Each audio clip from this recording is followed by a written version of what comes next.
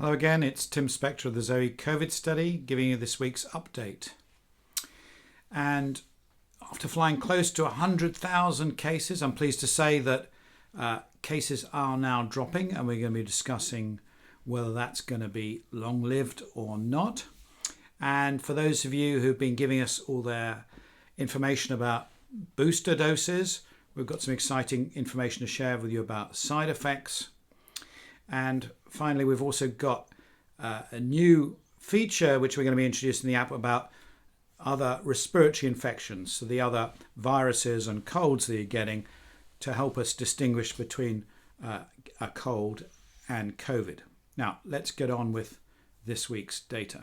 So we're seeing 88,600 new cases a day, according to our estimates, which is down about 5% from last week. And if you remember last week, we predicted a slowing down, that we were nearing the peak, but we hadn't actually seen it. So we've got hard evidence of that now. And it seems that most of this change, as you can see from the graph, are in the unvaccinated group. It's fairly flat in the people who've been fully vaccinated. And the double vaccinated group make about nearly a third of the total cases. That's slightly above last week. 1 in 53 people currently have some COVID symptoms, which is still a very high number indeed, that we've hardly seen across the last 18 months. So no reason for complacency. Now, deaths, which do take several weeks to occur from the cases, are still high. They're around 293 a day, similar to last week's total, and still hitting on average around 1,000 a week. Hospitalizations are around 1,000 a day, again up slightly from last week, but actually no different from where we were in September. So they do go up and down a bit, but haven't really taken off. We do have, unfortunately, over 1,000 people now on ventilators, and that's up 12%, and that causes huge burden on the intensive care units across the country. Now, this rate, although it may be going down, isn't fantastic. It is about 3 times the hospitalisation rate of any of our neighbours in Western Europe. Now, we did think we'd reach 100,000 new cases a day, but luckily the peak happened just before that. It's fallen, and it is falling slowly, not rapidly. And we're going to look at some of the reasons why it's been falling. But I think this is something we expect. When cases do go up to a certain level, it triggers popular alarm. People see 1 in 50 people around them getting COVID. They change their habits and behaviours, and that's what we saw before the last few lockdowns. So it looks as if many of you are probably acting as really good COVID citizens and doing your best to mitigate these infections where you can. And I think that's what we need to be doing in this vacuum of government advice. Being a good, responsible COVID citizen is something we should all aspire to. Now, let's look at the age breakdown next. And if we look first at children, the under 19s, we can see that these group, which have been really driving infections not only in the UK but across Europe, have finally started to drop. And this may be partly to do with half term, or it may be the fact that many of them have already been infected, and some surveys estimate that up to 50% of kids have some natural antibodies. It probably isn't due to the vaccination program, which has been very slow in this country to roll out into kids. We think less than a quarter of children have been vaccinated aged over 12. So it's probably a combination of factors, but it's certainly welcome. Less welcome is the fact that we're still seeing the other groups is certainly not going down, and the over 50s is more worrying because that trend is still slightly upwards. So we're not out of the woods yet, and it is likely for several more weeks to have pretty high hospitalisation rates that aren't going to be particularly pleasant. Now let's look regionally, and you can see from this prevalence graph, which always is slightly behind the incidence figures that we tend to show, but shows clear trends. We can see that rates are on their way down in the northwest of England and the Midlands, and levelling off in London, Wales and Scotland. People are particularly interested in Scotland and Wales at the moment because they have tighter restrictions than in England. And we see a mixed picture here because we are seeing Wales with still one of the highest rates across the UK despite those restrictions, and Scotland having the lowest. So depending on which one you want to pick, you can make a story fit. But every area of the country does go through infections at different times. There are different waves, and restrictions are imposed at different levels in different regions and countries. Now, slightly worrying is that the northeast, southeast and southwest are still increasing, although not as rapidly as before, and hopefully they will level off and start to decrease next week. So let's now look and see how the UK is doing on the international scene. Still very high, as you can see from this graph. In Western Europe, we are still heading the league, but the gap has got much smaller between us and some of the other countries. So briefly, Belgium looked like they were going to overtake us. They had a surge in cases, particularly in school kids. They introduced mask restrictions and social distancing and other COVID passports, tightening up, and their rates have suddenly dropped. But Ireland has increased as well, and they've recently eased their restrictions. And interestingly, they have a higher overall vaccination rate than the UK. So it'll be interesting to see how they do. Netherlands have fairly light restrictions, and they're getting worse. And we see that the countries that are doing well, Sweden, France, Portugal and Spain, have rates that are really very low at the moment. Remember, each country and area of the Europe goes through these phases of infection at different times. And so it could be that they do see infections towards the end of the year that we may have got out of our system if we're lucky. But it's still too early to be sure, and prediction is a dangerous game in this area. Now, just want to also look at Israel here, because they are the one country that were vaccinated everything before us. They've preceded us with boosters, and they had high hospitalization rates, which seem to have come down once they've really got that booster program going. And I think that's possibly an important lesson for us about how important getting that third vaccine shot is, where the second one alone may not be sufficient. So let's talk a bit about boosters, and nearly 250,000 of you have now given us some data on your booster or third vaccination, as some people are calling it. Most of these have been with the Pfizer jab, although some people might be getting Moderna. And just so you know, the Pfizer booster is the same dose as the first two injections, and this is causing a bit of confusion. And the bottom line is that so far we're seeing very similar rates of both local problems and systemic problems as with somewhere between the first and the second jab. So it's certainly not getting worse. Some people were worried that the Pfizer jab side effects were worse in the second jab than the first, and we're not seeing this progressing, and actually there are less problems than after the second jab, which is good news. Now, just a reminder on symptoms.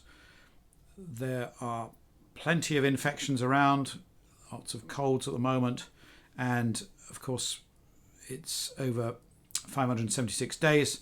We've been trying to pester the government to change it, and it was Still depressing to see Professor Van Tam on breakfast TV really ignoring the other symptoms that are common out there in the population. Nevertheless, here is our top 5 symptoms that we're seeing in the population today with a positive PCR test. They remain much the same. The order changed a little bit. Currently, runny nose is back at the number 1 slot, and persistent cough is in at number 5. Loss of smell is down to number 6. Do spread the word about these symptoms and don't ignore them.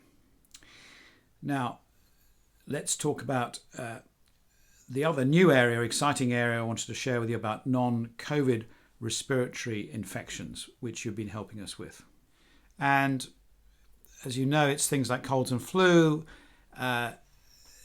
Any virus can give you cold-like symptoms, persistent cough, runny nose, sneezing, headaches, feeling unwell, etc., hoarse voice, etc. And this allows us to build up a real-time picture of what's going on in the community about these infections and how they affect different people. And it really is quite important because all these small infections do build up, and it's been estimated that these infections with work lost, etc., costs around £77 billion a year, which is even more than the government's test and trace system. So well worth trying to reduce that if we can and bring those numbers down for taxpayers' benefit. Now, if you look at this graph, you can see 2 plots here, which are just from the app. They're not extrapolated to the whole population. So they're just in the users, you guys out there who've been contributing. And you can see that the yellow line, the top line, is the rate of non-COVID respiratory infections.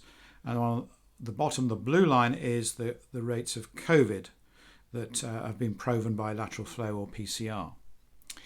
And these go up and down, as you can see, but the COVID one has, as you know, dropped dramatically between March and July, and then has crept up. And these other sniffles, etc., have kept going at a higher rate. But what is interesting is if you compare what was going on in May when COVID was really low, we can see that if you had symptoms of a cold, your sore throat, sniffles, runny nose, etc., your chance of having COVID was actually really quite low, about 1 in 40 or so. Whereas by September, that chance was very much reduced, so that much higher chance of those symptoms being due to COVID. And this also shows the rates of colds are increasing as they would do at this time of year, and because we've relaxed these restrictions that was keeping colds at bay. And one reason I haven't had a cold for 2 years, which is really, really good. And this is a fascinating record of what happens with colds over populations, and we're going to learn a lot about it and about how social distancing, etc., can reduce those risks. Now let's look how these colds and viruses affect people of different ages, because I think this is really interesting. And if we look at the breakdown with instead of percentages, we look at 1 in X people having it. We can see the graphs here of the different age groups, with the older age group in the green, the over 75s who are most vulnerable, having low levels of colds and viruses, going up and down a little bit, but really relatively low. And then if we look at the children in the blue, we can see they have the highest levels and go up and down generally around school times. Now, if we look in detail at the infections in school children, we see this in relation to the school holidays, and we've divided the graphs into two. The first for England, Wales and Northern Ireland, and the second one for Scotland.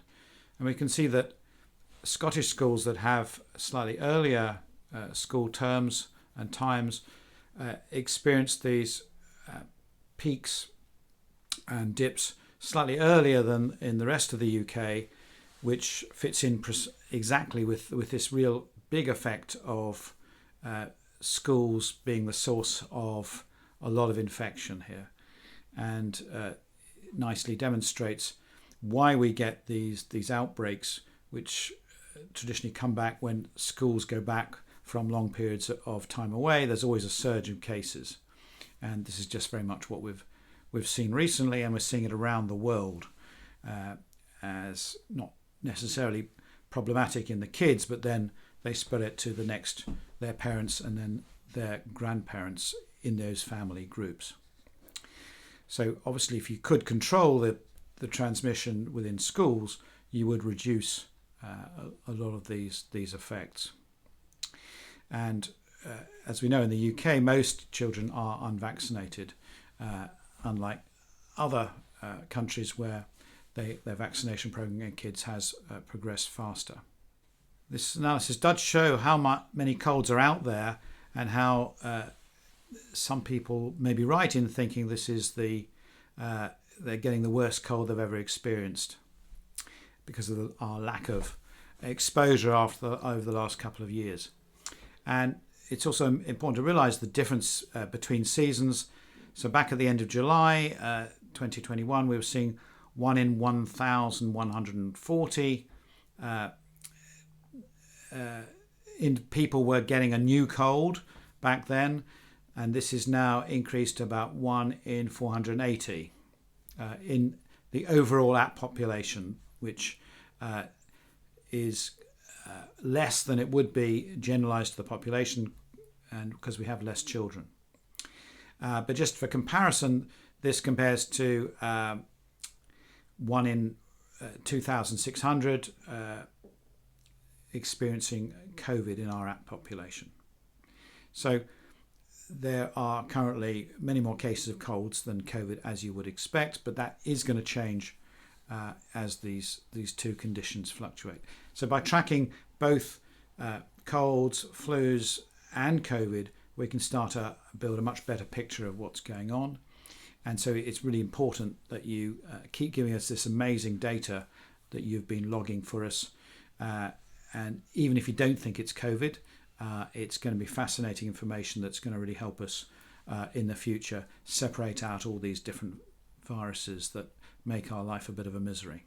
So to sum up, this has been a better week after many weeks of depressing news. We're finally seeing what looks like the end of this peak, this wave, and although it's only 5%, it's quite clear what's happening.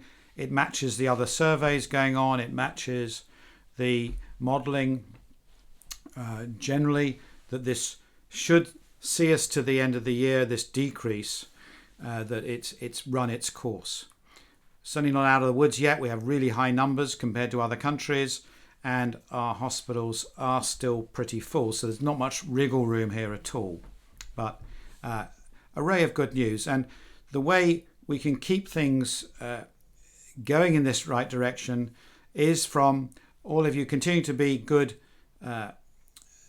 COVID citizens, doing your bit to reduce transmission that doesn't cost and is easy to administer. And also, I think the other lesson we're seeing from other countries and all the latest data is how important this booster, this third vaccine dose is in really getting rid of this virus and stopping it impacting our hospitals. So really important, you get out there and go to some of these walk-in clinics and get that third shot as soon as you can, and reassuring to know that it's not causing any major side effects or problems and is less than probably people saw with the second Pfizer shot. So generally good news. If you want to know more about boosters, look at our broadcast, which we're going to be put out in a few days to give you a bit more detail on that. In the meanwhile, keep giving us those amazing symptoms every few days. That's fantastic. And stay logging and keep safe.